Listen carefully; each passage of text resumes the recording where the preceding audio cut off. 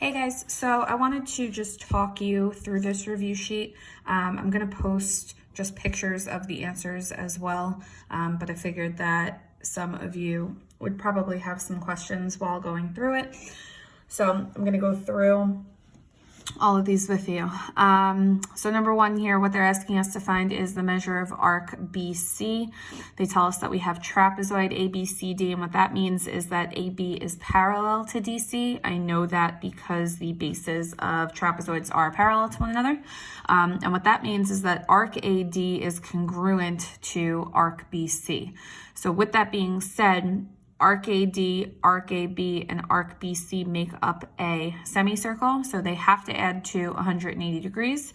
So if I were to take 180 minus the 80 that they gave us and then divide by 2, that means that the two remaining arcs would each have to be 50 degrees, so arc BC would have to be 50 degrees. For number 2, they're telling us that the measure of angle BCD is 30 degrees, and they want us to find the measure of angle AOB. Again, they tell us that DC and BA are parallel to one another, meaning that arc BD and arc AC are congruent to each other. Angle BCD is an inscribed angle, meaning that it's half the measure of the arc it opens up to, so that means that arc BD has to be 60 degrees. Since arc BD and arc AC are congruent, that means that arc AC has to be 60 degrees as well. Arc AC and arc AB make up a semicircle, so if AC is 60, AB has to be 120, and then angle AOB is a central angle that opens up to a 120 degree arc, so therefore it has to be equal to 120 degrees as well.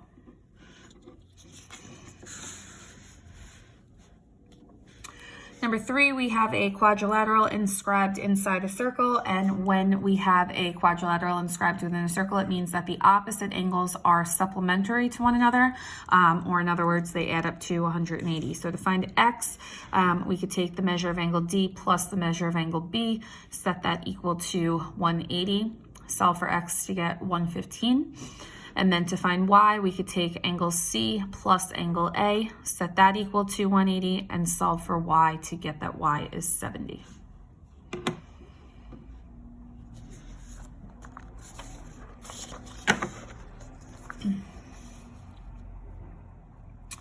Number 4, they tell you that you have two tangents being drawn from external point A, and then the points of tangency are B and C.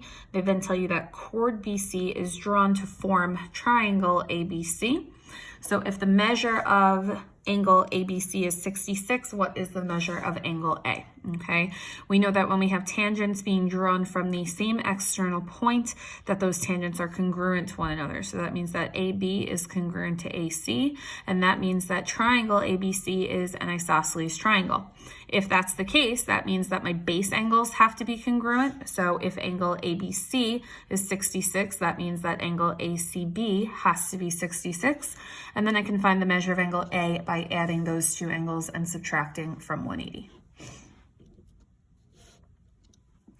Number 5 says find the measure of arc RS, and I can do that by simply subtracting the 54 degree angle that they give us from 180 degrees to find that the measure of angle arc RS is 126.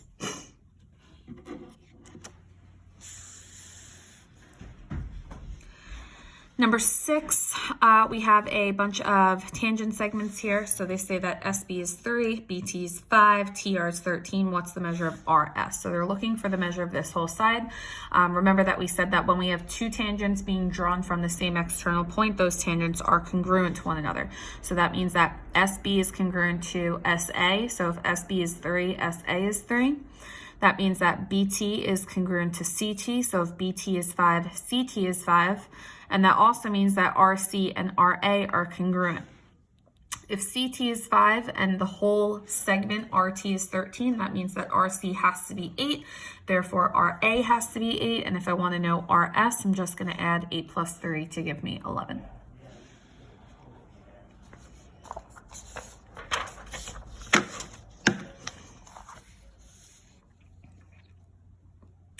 Number 7, which equation represents the equation of the circle below? So the center of this circle is the point 2, 0. The radius of this circle, I can just count, is 3 units. I can take both the center and the radius and substitute those values into our general equation of a circle. So we'd get x minus 2 squared plus y minus 0 squared is equal to 3 squared. And when I simplify that a little bit, I get x minus 2 squared plus y squared is equal to 9, which is choice 1.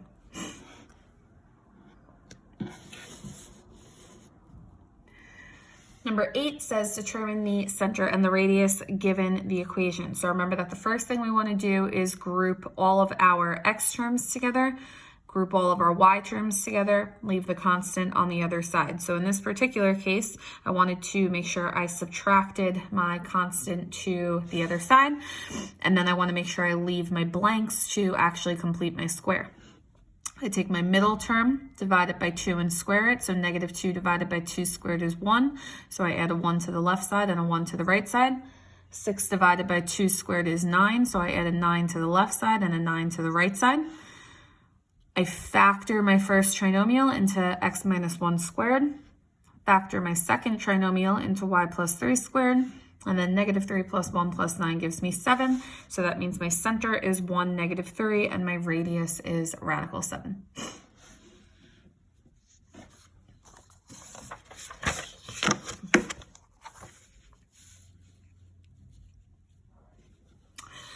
Number 9, we have a tangent and a secant. So that means we could use our ow theorem. Our outer times our whole is equal to our outer times our whole.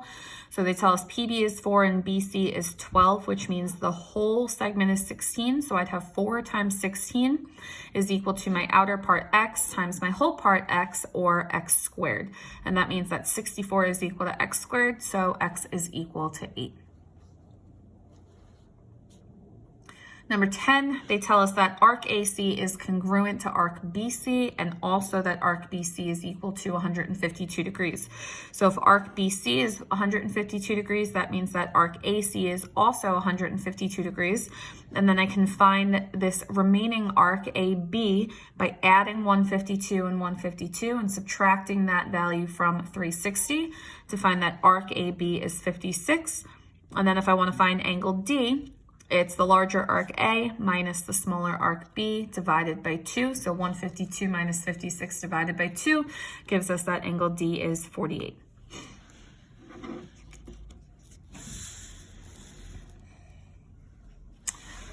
Number 11.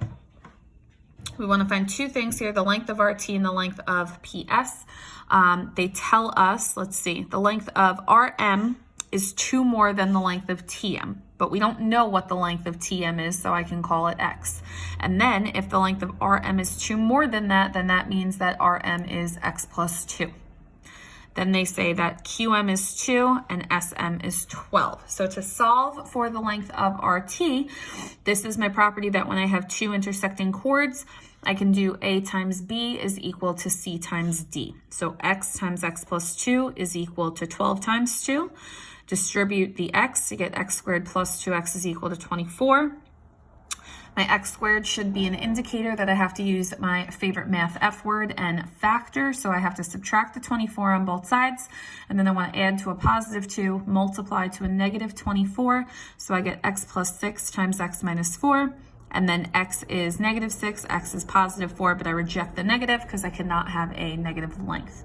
And what that means is that RT is going to be equal to these two segments added together. So x plus 2. I know that x is equal to 4. So 4 plus 2 means that RT is equal to 10. Then from there, they want us to find PS, okay, which is a tangent segment.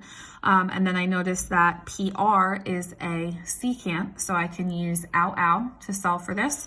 So the outer part, PT, is 8. And then the whole part is 18. And the reason I know that is because we just found that RT is equal to 10, okay? So 10 plus 8 means that the whole thing is 18. So I have my outer part 8 times my whole part 18 is equal to y squared, or 144 is equal to y squared, so y or PS is equal to 12.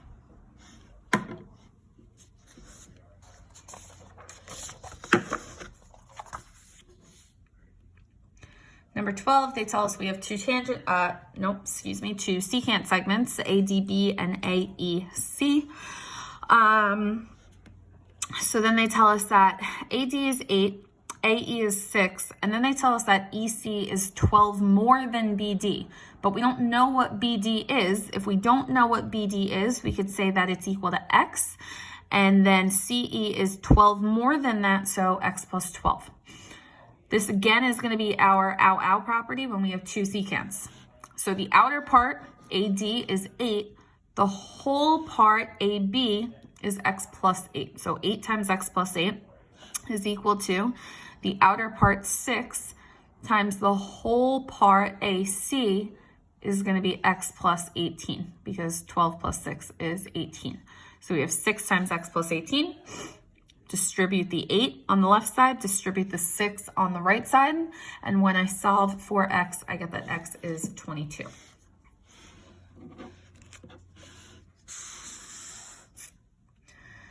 First proof they give us here, they want us to prove that triangle RBD is congruent to triangle YBD.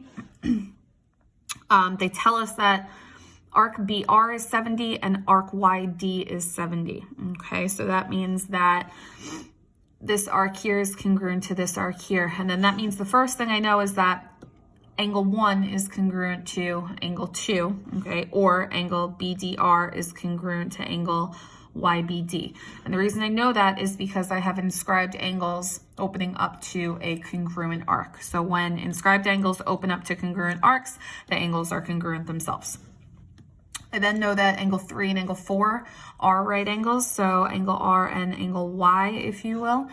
And that is because we have two angles inscribed in a semicircle, and when that's the case, those angles are right angles.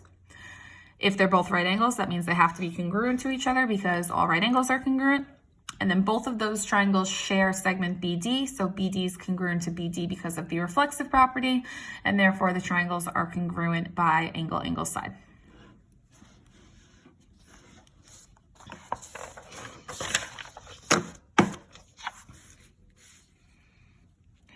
This one's a longer one. But what they tell us is that we have AD that is parallel to chord BC. So first of all, if I know that I have two parallel lines, I should immediately be thinking that that means I have two congruent chords. Not chords, excuse me, two congruent arcs. Two congruent arcs. If I have parallel lines, I have two congruent arcs. So since I know that BC is parallel to AD, that means that arc AB is congruent to arc CD, which is my second statement, and that is because arcs between parallel lines are congruent. If I have congruent arcs, that means that their chords are congruent. So once I know that arc AB is congruent to arc CD, I could say chord AB is congruent to chord CD because chords of congruent arcs are congruent. Then I can see that angle 1 and angle 2 are right angles, again, because we have angles inscribed in a semicircle. So angle ABD opens up to a semicircle, angle ACD opens up to a semicircle, so those are both right angles. If they're both right angles, that means they're congruent to one another because all right angles are congruent. And then we can see that angle 3 and angle 4 are vertical angles, okay? If they're vertical angles, that means they are congruent to one another. That means that my triangles are congruent because of angle side, and therefore we can prove that BE is congruent to CE because of CPCTC.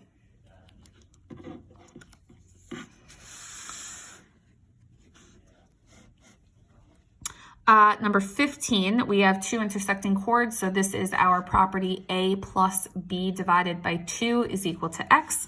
So that means that 120 plus 2X divided by 2 is equal to 4X. I can put my 4X over 1 and cross multiply. So I get 120 plus 2X is equal to 8X. And when I solve, I get X is 20.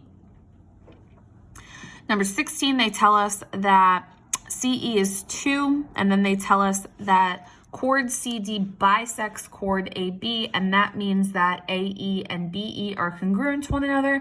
So if AB is 8, that means that AE and BE must each be 4.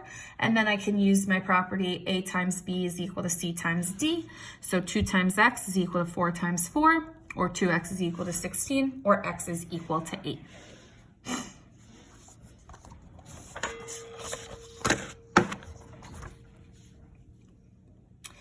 Okay, number 17, I believe was either on your classwork or your homework for this lesson, but so we have a circle with a center at 1, -2, has a radius of 4. Does this point 3.4, 1.2 lie on the circle? So just like we said with linear equations, we could just plug in the point to see if we get the left side equaling the right side. I can do the same thing with circles.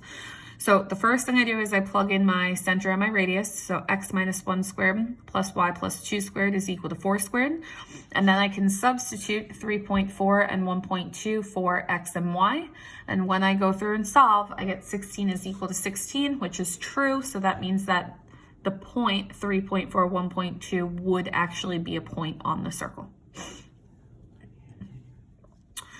Number 18, they're asking us to find the length of arc AB to the nearest tenth. So I don't know what the length is. My theta is 165. And when I'm trying to find the length, I'm dealing with the circumference. So 2 pi r is going to be 2 times pi times 2.4, or 4.8 pi. So now I set up my proportion. 165 over 360 is equal to L over 4.8 pi. Cross multiply. And when I divide 792 pi by 360, I get that the length is about 6.9 meters.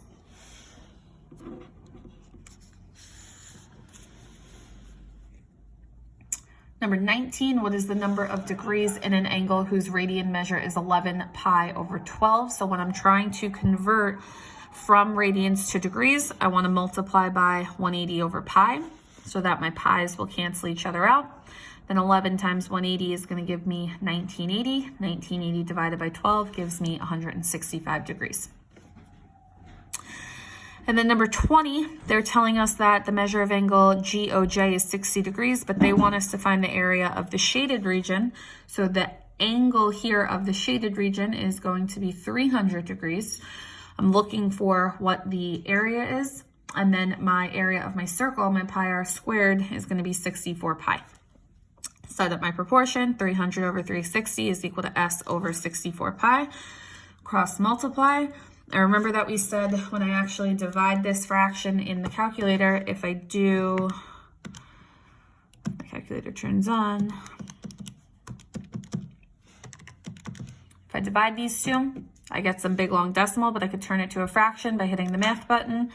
Enter, enter, and that's where I get 160 pi over 3. And make sure, since you're finding the area, that you include your units squared.